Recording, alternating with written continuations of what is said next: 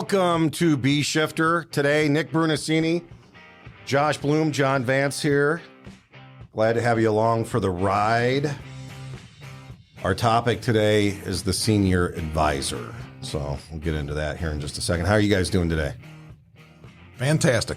All right, good. Happy to be here. I'm awake and alive. Well, that's good too. I'm exuberant with it. I'm alive with testosterone and other supplements that I take all day long. We just started doing this functional medicine thing in my house, so I actually haven't started the functional part of it yet, but I look forward to that. It's part of being retired, you know. You got to take better care of yourself. So they say. So they say.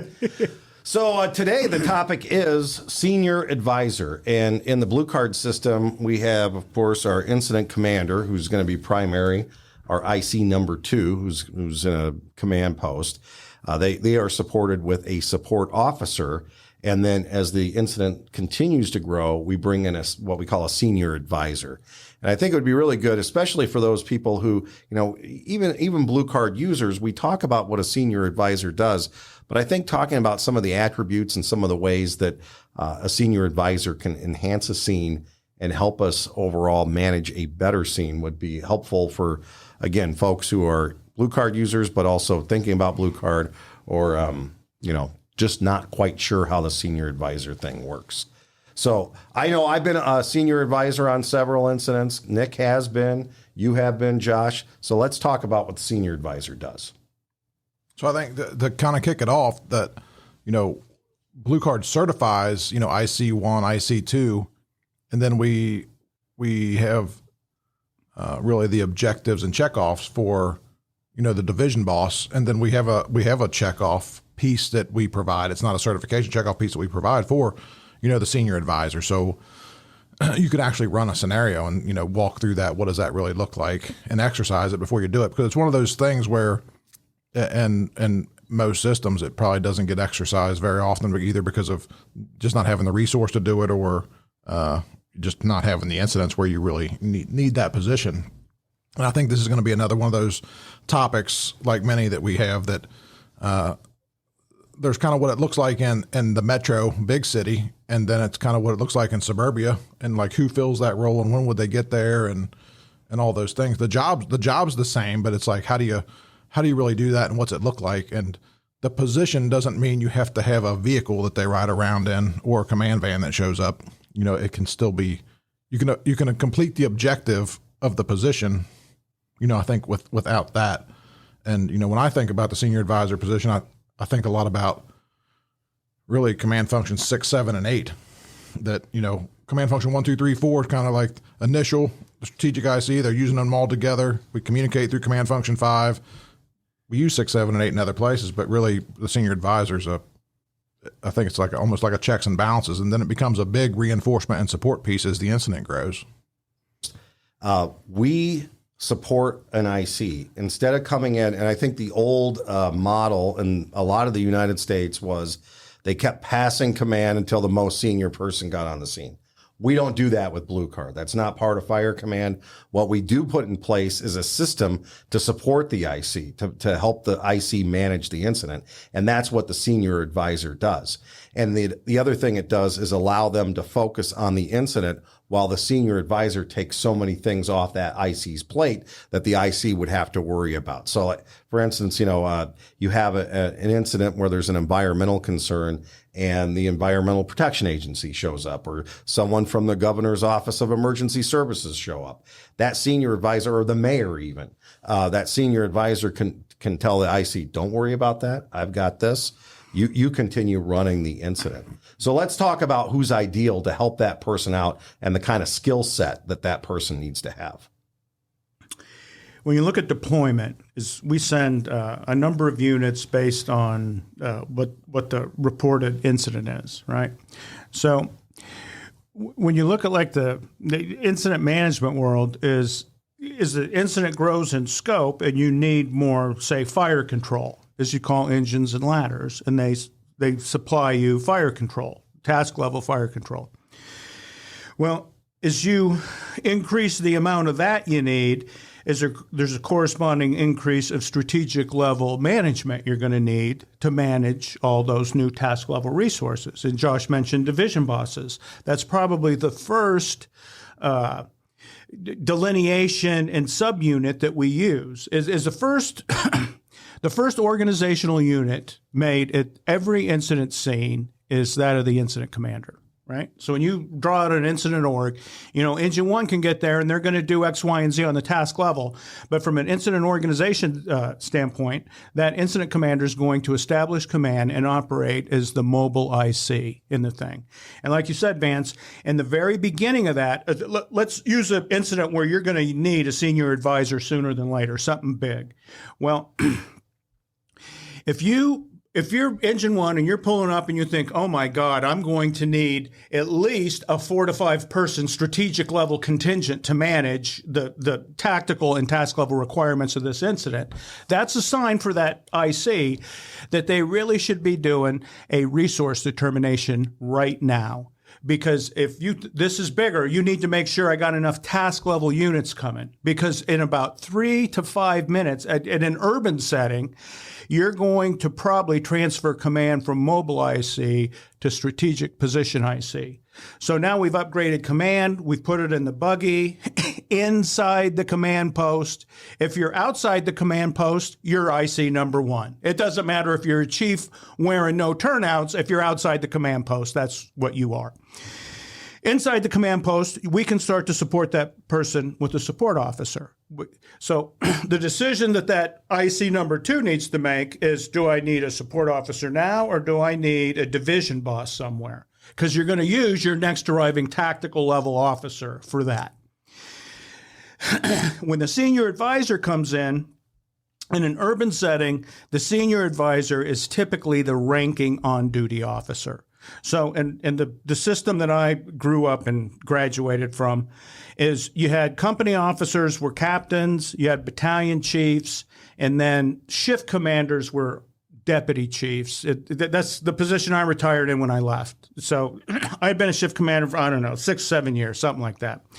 But really, you're the one that supervises the battalion chiefs at that point. So you're there to support them. And like you said, Vance, this isn't a deal where we transfer command one time from mobile to inside the command post. Once that IC has it's my experience that if you train that person, let's say in a program like Blue Card, because that's what we did. When we trained everybody in Blue Card, all the battalion chiefs were competent to be inside the vehicle ICs, all of them. So it wasn't this deal that, if Jimmy gets here first, make sure you're right on top because we're going to have to take command because Jimmy is going to screw it up. No. You need to train Jimmy to operate in that position. And my experience is all the Jimmies that we trained got it, is they were all good then. So when the bell rings and now you're running the incident, Jimmy stays there as IC number 2 inside the van. And as the senior advisor, you come in and you kind of figure out Jimmy's responsible for fire control and hazard mitigation, hazard control, loss stop. That's what I want you to focus on. Outside of that operational piece of that, all the function that comes in to support it, it's easier if the senior advisor is the person that starts to deal with that. What that gets you, I'll just skip to the end. We do incidents, set up the command van, do the thing. When it's over, we de-escalate. We do a little review in the command van about how the command post operation went. We have never had to transfer command away from the IC ever. And then what you hear from them all the time is, that was great. We were here about 45 minutes and we used about a whole 2 alarms, maybe 2.5. You're like, we've been here for 5 hours. We've gone through 4 alarms and the mayor was here for a little while. And then Taylor and Travis showed up because they wanted a picture. And then, and they're shocked. They're like, you're kidding me. And you think, no, but the system worked. Is you guys were in the tunnel of fire control and hazard mitigation. You knew where all your divisions were and what they were doing, and you were working to get fire control, your all clears, and your loss stopped. the system and organization behind that, the senior advisor puts in. Now I make sure my rehab set up. I make sure I got my PIO over here. I make sure that I got my reps to deal with the utilities and this and that. Big incident.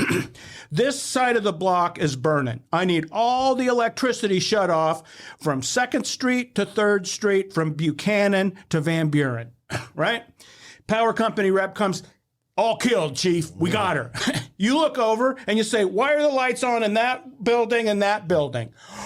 Oops. The IC shouldn't have to worry about that. The IC's worried about getting water to attack positions. They're talking to divisions. You got enough resources, all of that. This other stuff behind is you build that strategic level organization that you need to run something where you got 2, 3, 4 alarms.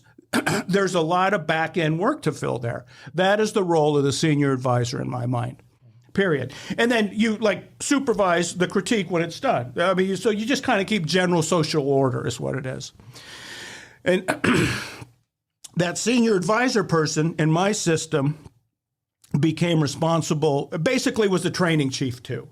Is we had an assistant chief in charge of training, but the shift commanders that worked out of our command training center managed Volume 2 in a way that the training division didn't. We were getting to the point where operations was doing all of its own operations training. And so that was just built into how the new fire department was operating at the time. And it was a shift-based system is what we were going to. Which is a difficult thing to pull off because most chiefs operate in an administrative 40-hour week role. So we were trying to redo the fire department. No, the chiefs, the response chiefs work the same schedule as the workforce. We're part of the workforce. This is what this looks like. So it really kind of made the strategic contingent more occupational in the thing. We didn't work. Example, everybody's coming to command training because we're answering questions. You know, Garrison talks about accountability. Well, no, accountability is, this is mine, I'm going to fix it, and this is what this looks like. In the middle of that, because it was having a modicum of success with training the general masses, is other people wanted to get in. So the administrative chief wants to do the next session, the first 30 minutes they request. What do you want it for? Well, we're making some changes to the grooming policy. You think, well, how's that affect fire control or haircuts? Well, it doesn't. Well, okay, thank you very much. Goodbye. Mm-hmm. But then the ops chief calls back. Hey, he called you about it. So you want us to turn this into just training for everybody? No, I don't. Okay, good. Then I'll tell him that you can hang up on him next. We don't do that here. We do Army training, sir. That's what we're soldiers. We're not going to do floral arrangements next week, just to use an example. So that's kind of where the senior advisor came. And in fact, you kind of serve as a leadership role in operations. I mean, in fact, before I retired, I viewed myself as a union president of B shift. Mm-hmm. Well, C shift before I left, but that's kind of the role I think I had as a chief then. Mm-hmm. Yeah. It worked out pretty well. Take care of the good and welfare. Yeah, I mean, and that's a unit. The weight of their hearts is through their stomachs in other ways, but I understood that because I was one of them. So we spoke the same language. You could make deals with people that really were deals. You kept them. You kept your word. You did what you said you were going to do. It was a fun time to be alive during that era. Uh-huh. I think for a system like, and I think a large urban system like Phoenix, that is the way you need to organize it, and you have to organize it. In systems similar to mine, where I came from, I had a coffee with the battalion chief every day. Mm-hmm. I talked to the ops chief every day, and then when shit broke loose, we were right behind him to support him. Again, not mm-hmm. coming in but we knew the plan. The normal everyday stuff was going on. We went to their trainings and everything else. But yet, when they needed the support, we also had the staff that was going to be able and had the relationships and everything else. And they knew we weren't there to because they had the competency level. All of our battalion chiefs are blue card instructors, so they knew exactly what they were going to do. When you train together, that's what it builds. Yeah. It's almost like a marriage. As you say, okay, we're partners in this thing. I'll get back to the accountability piece. Everybody screams for accountability. Well, that's what training is. I'm accountable. If I am the plug person on the engine company, I'm accountable for making the water connection with the humid valve to the hydrant, to a piece of 4-inch hose that goes back up into a keystone valve. I have to understand that. That's my role. As a strategic level boss, as the fire chief coming in, they need to understand, well, Vance is the senior advisor. The IC loves it because I don't have to screw with the PIO or all the other fire chiefs. They don't want anything to do with it. That's what the senior advisor is for. The first thing, though, as a senior advisor is you got to make sure the IC's got their shit together and that the plan is right, that the safety of the people in the hazard zone is being taken care of. So you've got to have a competence and understand the work. You have to know it better than the firefighters do. Like, okay, this is how a Select-O-Matic 125 GPM nozzle works. Well, that was the equipment I used. So you're familiar with the capabilities of what the crews can do. And then sometimes, as an IC, I get things, hey, we're having trouble doing this. Well, you need to pull some ceiling and put some water in the attic right now. Well, no, I don't need another company. No, you need... pull ceiling. And then we're going to have a review when we're done about your timing. So, but it's all in effort of just delivering high quality customer service. That's where we prevent the harm, being nice about it. And then the senior advisor's final piece of responsibility is everybody survives. So when you're leaving this, we're all going to leave the scene together. So that's kind of the routine. And you're right, Vance. The way it gets, that the responsibility gets divided up is different between a big urban and a smaller suburban department, but it's the same exact, you're doing the same goddamn thing. You know what's not different? We talk, okay, you kind of customize Blue Card to your department and everything else. The one thing that's the same for all of us is the fire burns the same and the fire goes out the same. So you don't get extra points because I'm disadvantaged. I don't have as many companies. It's going to go out a little quicker for me. No, until you put the right GPMs, it's going to burn. So we can differentiate between this and that. But at the end of the day, if you all get together, we're all doing the same work. It's got the same time constraints. It's got the same deployment requirements, all of that. The key is you got to figure this shit out before the incident and then be competent when you get to the incident. That's the key to the thing. I'm done talking for the rest of the show. No. Well, you know what? So I like this graphic. Well, I started lecturing. Yeah, it turns into church, goddammit. We just can't have it like this all the time. Where we have this, I always say. Now you got graphics. The senior advisor ties the command team together. So let's talk about how that senior advisor hooks up to the support officer and IC2, and how they're also interfacing with logistics and the incident safety officer. How's that communication go? And how do we communicate that to the IC? Because a lot of times IC number 2 will, when the senior advisor shows up, will still be in the mode, oh, I've got to take care of all of this. So there's almost like a little bit of a transfer when the senior advisor gets into the command post to say, okay, Jimmy, I've got this and this and this. You stay on the TAC channel. You worry about the incident. I've got everything else. So how does that feel? How's that look? And looking at our graphic here, how does that tie everybody together? So a big piece of it is like Nick said, you have to train on this, discuss it, and exercise it before you have the incident. Otherwise, you got 5 people in the vehicle and they're not all going to be on the same page. They're all going to be, trying to do their own thing and not with the same really goal in mind, right? So one thing I just want to say is that's like an image from like command van, right? So, but you could do the same thing with 2 4-door SUVs together, and maybe the senior advisor ends up having to stand outside between the two, or whatever that looks like. Half the time I was senior advisor, I was outside. So just like you said, 2 Suburbans, I was in the middle. So that senior advisor is coordinating with all of it, but the biggest support piece is coming to IC number 2, and then they're hearing from the incident safety officer that's in there. If they are on a separate channel with that support officer that's in a division, they're hearing what's going on with that. which really becomes back to like a needs piece potentially. So the senior advisor's hearing, oh, there's a need maybe from the field from a division, and then it can be connected back to logistics to get that resource coming in. And I think like Nick said that, command didn't even know or doesn't know that there's 4 alarms where the companies, here, because somebody else is doing that work. Right. So I think it's like any other exercise we do. Every person there just has to do their job. And we've been talking a lot recently about this whole task saturation thing, and no one person, no 2 people are gonna manage it when you have 4 alarms worth of resource there. And we don't want them doing that, because we want IC2 focused on the shit that's going on inside of the IDLH, not the PIO shit, not the water supply, not the EPA, not the bus service needs to know when the road opens back up. None of that. Whatever or the police. the current tactical priority is Right. what they're rocking and rolling around.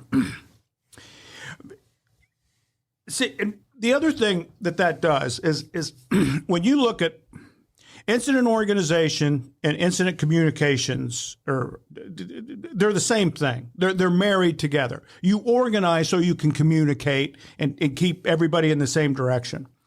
So we talk about single channel hazard zone operations. Well, if I've got, let's say, a 4th alarm, and I've got a building burning, I got some hazmat stuff going on over here, I got an evacuation over here. Well, that's probably 2 to 3 radio channels right there. And then I got a logistics channel where I've got my staging and my firefighter rehab on.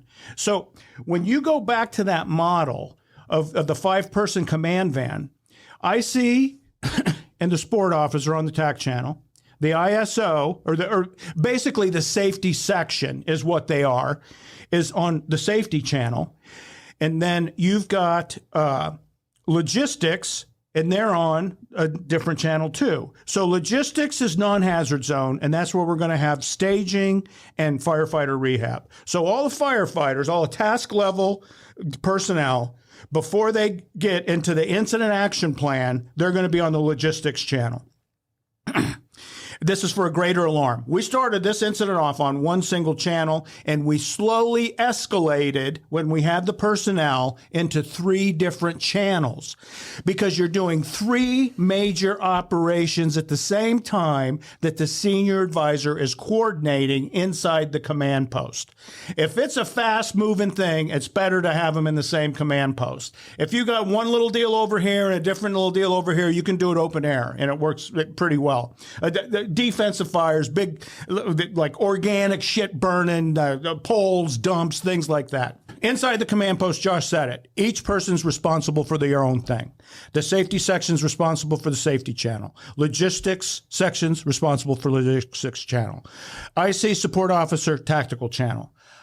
Senior advisor becomes the glue that keeps them connected. An example, they're doing roll calls. Let's say you've got some offensive positions in this thing. You got 2 divisions, the safety officers and Alpha and Delta are given roll calls to the safety section inside the command van, exactly where their personnel are within the division at that point. I've got engine 5, engine 7 inside with ladder 4, and I've got engine 6, engine 8, and ladder 9 on deck. So safety section writes it down. Senior advisor comes over, takes that note, goes over to the support officer who's maintaining the tactical worksheet and says, here is your roll call right now for Alpha. Oh, thank you. They can bring their worksheet up to date.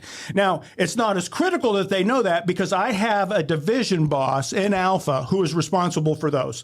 What we're doing is we're just keeping track now. We're doing inventory inside the command van, low impact inventory, because the real juice is going on in the division between the division boss and those companies that are assigned to them. That is the way we maintain our strategic span of control, is division bosses. in Blue Card, people say, well, we use our company officers, working company officers assigned to the units as division bosses because they're good. And yeah, they're great. The problem is when the shit hits the fan in Alpha, is they ain't talking to you anymore. They're done. They're task level operators, and they're going to go get handsy tasky, and you lose them. So what happens is the flywheel blows up, and you own them, but there ain't no one to control them because that good company officer is doing company officer work, which is what they showed up to the scene to do in the first place. We have just gotten away with it for the last 100 years because we've been putting the fire out by the time that happens. If it's opposite and the fire's jacking up, that's where you get your lunch. And it doesn't happen that often. Well, it doesn't happen that often. Well, you wear your seatbelt? Do you get in an accident every day in your car? I wear mine all the time, and I haven't hit my car hard enough to need it yet, but we wear it anyway. Same thing. No difference. If you're not doing it, you own it. And it's yours, man. And that is your bag of shit to deal with. Mm-hmm. The way you fix it is before the incident by drawing it out and saying, when we get to this point, this is the way we're going to manage it.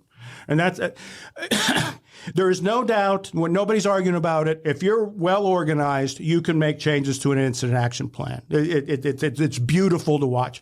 I would call that a professional operation. Whereas if you're not doing that, it's more of an amateur hobby for you. So, I mean, and that's kind of the difference. If you're serious about it and you do it for a living, eventually you figure out this is the best way for me to keep track of all this and to be in control of things where I feel comfortable that we're not going to toast the shift. I said I was going to shut up, but I'm not going to. You know that, right? It's yeah. Well, we keep prompting you. Yeah. You know, the other thing here, what I think is very helpful for the IC is the senior advisor being the resource officer for them, getting them what they need.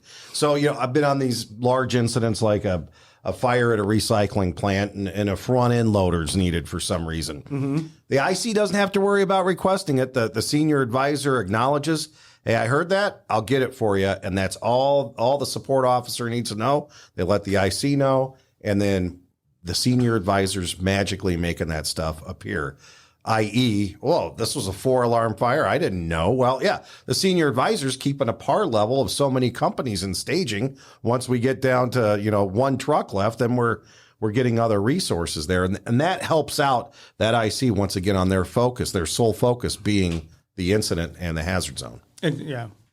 And I think the sooner you can plan on this and set it up, I mean, that's a critical piece, right? So we'll just take it back to deployment, that if you're calling a second alarm, then you have to have the people there to manage the second alarm.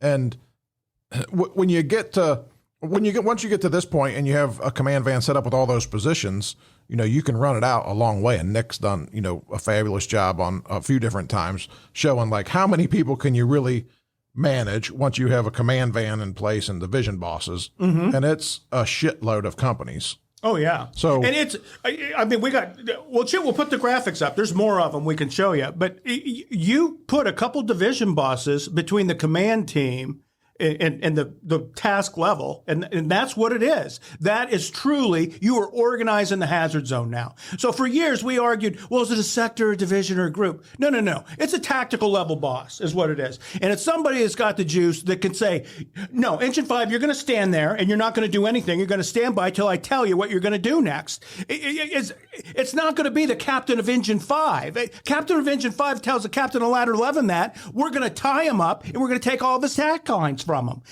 Battalion chief does it, is I'm going to have to find a union rep before I take those kind of actions. So it's going to stop it. We use a rank structure to organize the administrative day-to-day function of the fire department when there's no hazard. And then when there's a hazard, we'll just use captains. The city did that to us for a while. No, we're not going to pay chiefs overtime because they're middle managers. They can't work here. Just hire a captain. The fire chief's like, we just hire captains to run the whole goddamn thing then. That's not the way it works, pal. There's different levels in this thing. Well, and we've talked to captains that have a Mayday, and one of them's presenting at the conference, Captain Grandin from Lubbock. He had a Mayday, and probably the biggest heartache for him was once the Mayday was resolved, he was outside. He even forgot about the guy humping the hose in. So how are you going to be a division boss when a mayday happens to you and you're the one who's also supervising crews and also carrying out tasks? It's impossible. Well, and everybody recognized that. And they said that's why you have to make a rescue group immediately as soon as there's a mayday, because that's their job. And you think, no, it's a division. It is that division's job to, first of all, keep maydays from occurring in the first place. So we prevent 100% of them. You don't have to react to them. But in the odd chance that one occurs, is you have a strong hand at that entry point into the hazard zone. And if you don't have that, Southwest Supermarkets, when the first chief showed up it would have been Alpha, Bravo. That's where they were all going in. Bravo. 10, 15 companies. By the time the first chief got over there, you know how many people were outside Bravo? 0. They were all inside.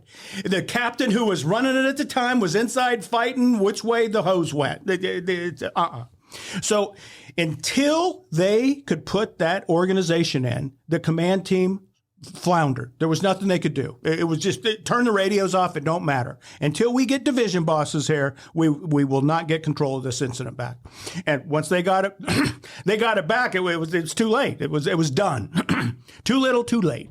That's part of that challenge and verify too, that the senior advisor is going to provide for IC number 2, that if they don't have that in place and they don't have the proper command structure, they're going to be the ones to initiate that and to advise the IC to put it in place. Yeah. They can get it done. So that's one of the great things about that role. I think sometimes on we talk about exercising the system, and I'm not about, throwing too many people at it to overmanage something, whatever, but it doesn't hurt to exercise it sometime. And sometimes I think you can get a senior advisor into place and help coach and develop ICs further also, right? So not in the middle of a bunch of shit happening, but having a discussion in the command post once things have settled, like, okay, like it's not over yet, but how did this really go? What else did we not think about, or why did you do that? And that's not the time to do it, isn't when a bunch of shit's happening, but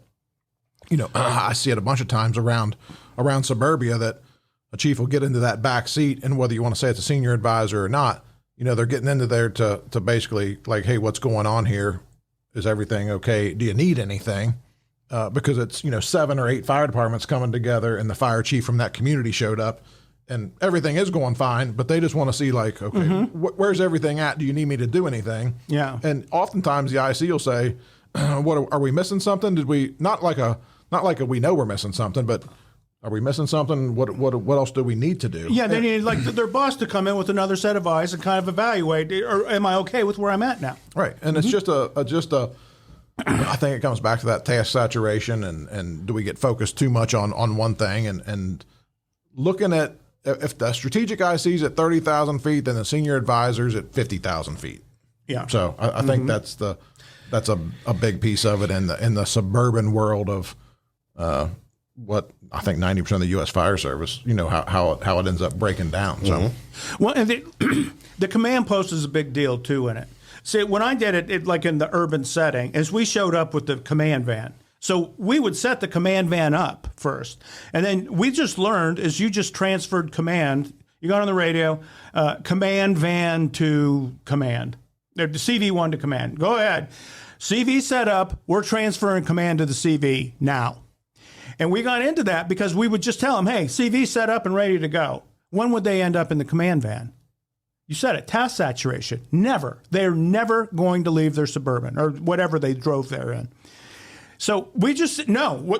So if somebody said, command, Engine 15 to command, I would answer. I'd cover the IC. Command, go ahead. Well, they figured out he's not bullshitting. I need to get in the command van if I want to stay in command. So they're running. They come in, they sit down. I would print them off a resource list, and then we could do a snapshot, an overhead with the computer system, the way the trucks had AVL of the footprint of the building, and then the saturation, the apparatus placement around it. So I give them both of those, say, you're good to go. We're going to get you more resources. You got half an alarm left. Have at it. And then off they go, and then we would call alarms for them behind them. They wouldn't know, they'd have no idea. So, but I said it earlier, the key is to do that before the event. It shouldn't be the fire chief, well, I listened to a podcast yesterday, now I'm going to show up and I'm going to be a senior advisor. No, man. You got to sit down and come up with a plan. And it doesn't, Josh said, it doesn't have to be signed in blood. It's like, hey, if I get there and you're taking care of the front end of this, I'm going to kind of help you flesh out the back end before you really need it. And then when you get to that point, it's done. So you don't have the media knocking on the window. So working for a big fire department had some huge benefits. It's like the PIO just showed up. They're at the end of the street and the media wants to talk to them. They don't want to beat on our window because we're not going to open it. They know they're going to get the most usable stuff out of the PIO. The PIO, what they did is they wrote down a few facts that were just holes in their narrative about we got here so fast and we took great risks and we saved small children and puppies. And the rest of it, and engine 5 and this and that, and the details of the occupancy and the rest of it. And so that system over time turned into about 5 to 8 minutes a night on every network news broadcast. And we got to the point where our video unit was actually like doing B-roll for them, sending them. And so it was a hug and a kiss. You talk about making your own advertising is what it was. I mean, it was, and you could see, man, the honey just kept stacking in the thing. I mean, we became more and more popular because of it. It was, and all you were doing was sharing with the public, this is what happened today in the city, and this is how the fire department responded to it. And the PIO telling the story. I mean, it was... Well, and we accomplished that by having dual role people. So fire marshals, deputy fire marshals also serve as the PIO. As a senior advisor, or even a support officer, if the media is showing up to the command post, I'm shagging them out of there. We don't want people beating on the door.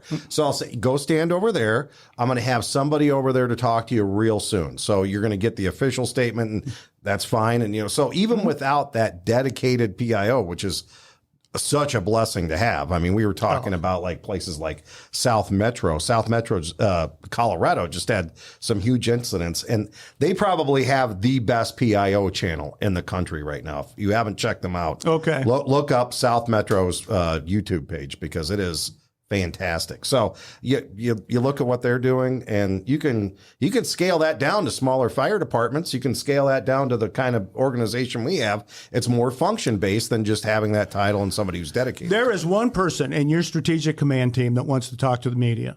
But they just want to. I mean, that's their deal. They love talking to the media, telling the story. I mean, it's been a million years ago. There was the rodeo Chetasky wildfire in Arizona, gigantic. At the time, it was one of the biggest fires in the history of fires. There was a guy named Jim Paxton who was the PIO for that. And it was kind of an accidental, and they wouldn't let him in the command post, so he started talking to the media. Well, man, he starts spinning this thing. He says, today the monster won. And, you're having downdrafts where whole, like, thermal columns are smashing and spreading fire for 20 miles in each direction. Well, he's narrating this thing like Shakespeare, And he's like an old grandpa, and he's drinking his coffee, and he's a rugged fire line guy. It's like these CBS shows now with the convicts that are. And you think, finally, that Cal Fire's upset about. They didn't get PIO input into the script approval on that one. Oh, exactly. That it was. Well, you guys want to do a timeless tactical truth? Hell yeah, we may as well, Vance. Garrison was quite impressed with you.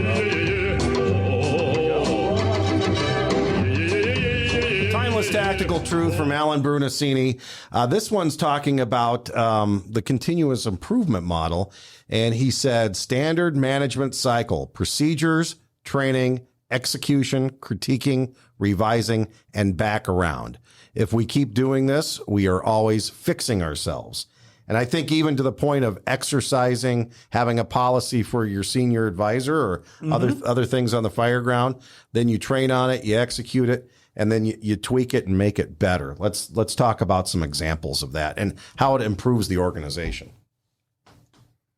The review and revision piece, that's where Really, we would start that with, you would do it. Okay, what were the critical factors when you got here? So you're painting the picture. Okay, this is what we had. And then the best ones I was ever part of, it was like, what would be the best thing? The least number of people, the quickest way to put this out.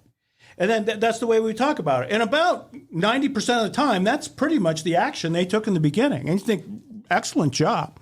Sometimes it wouldn't go that way. And the only way to make sense of it was to talk about it, figure out why it didn't, and then take any corrective action that needed to be taken. Sometimes it just couldn't be helped for whatever reason. And, you needed to understand that and say, well, the ball bounced funny that day and it just got screwed up a little bit. And, the next time we'll look for this and this.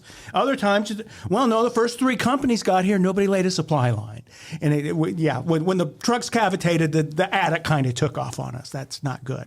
So it kind of gave you that approach to fix little problems, but bigger problems, they didn't really come out that way very often. It was more, I think the more you train and fix things, because when I got hired, this is the system they were using. So they were already 5 years into doing this. So you weren't fixing the same problem. There was always something new. And we got to the point once where there was about a 6 or 7 year period where we figured out our SOPs conflicted enough that we were going to have to rewrite some major shit. And we had started doing that probably about 6 months before my old man retired. And then once he left, things switched and they went different directions, do a different thing. So all that just kind of, that got swept off and they did whatever they were going to do next. But you got to that point where you thought, okay, because like, operations manuals and the SOPs and those are living documents. Is you're always you never put them on the shelf and say we're going to quit doing these. You're always going on one call after the next. So you got to the point where you said, no, this has got it's got landmines in here. To the point, like when you were doing promotional exams, you didn't ask certain kind of questions about rapid intervention and certain kind of overhaul techniques, and there was no. And really, we kind of fixed it with Blue Card after we all retired. Okay, we took this and we were able to do it in enough departments and enough places that you thought, okay, this is where this goes. A lot of it got fixed with removing rapid intervention as its own thing and just kind of using it as, okay, we're responsible. The response that shows up at the scene is responsible for their safety and welfare. There's not a piece of rick that flies out of the sky. We always thought was, no, it's got to be built in. And when you built it in like that, we figured out you could actually organize and manage it then, as it wasn't a separate add-on thing, as you were doing it. We really saw it as a true rapid intervention is a capability of the response. It's not a job to a task level unit. So I guess that's my example. This thing is, it's all about making sure we try to do it better, right? So we say we in a state of constantly trying to fix ourselves, and so many people are like, oh, well, we don't have to fix shit because everybody went home and we put the fire out, and it's like, well, that's a piss poor measurement of success, right? And that's where that accidental success thing pops up. So when we talk about that, the procedures. If you lay a supply line, you lay a supply line. If you didn't lay a supply line, then we're going to talk about why didn't you lay a supply line? And if the answer is, well, you didn't train me to do that, well, then that's a problem, right? So, you got to look at your procedures, make sure they're accurate, train everybody on it and say, okay, does everybody got that? And then when they have it, make sure that it's working. And if it's not working, then you need to adjust it. And then, it's just back to the top again. But we should be looking at every aspect of it. And, firemen seem to be pretty connected to sports. And I relate this thing every single time to when the quarterback comes off the field and they hand them the electronic device that shows exactly what just happened. Mm-hmm. And sometimes they're like, what the fuck was that? Mm-hmm. and they're like, well, I don't know what that was either. That's where they throw the thing down on the ground. And they break it. Yeah. But I mean, that's that right there. Like we were doing this. And this is what it looked like or what it didn't look like. And there's a reason why, the most successful teams out there that are playing a game to win, which is very important, though we sometimes on the fire ground don't take it as serious on the fire ground as they do just trying to get the most points. There's a reason why some of those teams, right, wrong, and different, they'll run the score up because they're there to score as much as they can and keep you from scoring as much as they can, right? And you won by 70 points in a college football game, and they still are going to talk about it tomorrow. Like, we could have done this better, and we should have done that better, and we're not going to do that anymore. And they fix it, right? But on the fire ground, it's like, we put the fire out, nobody got hurt, and people high five, and like that was successful. And I think it comes back to the tailboard thing. I think you can fix a lot of those little things and have discussions there of engine one. Why didn't you catch a water supply? Well, this is going on that, and it's like, oh, okay, well that makes sense. That was a good reason, but let's make sure we communicate that then that you didn't lay a water supply, so we make sure we get one, right? So it's a lot of things with this can be, I think, fixed at the incident at the tailboard, and then.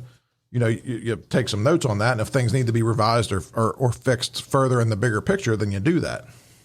Well, and you said it is like a football team.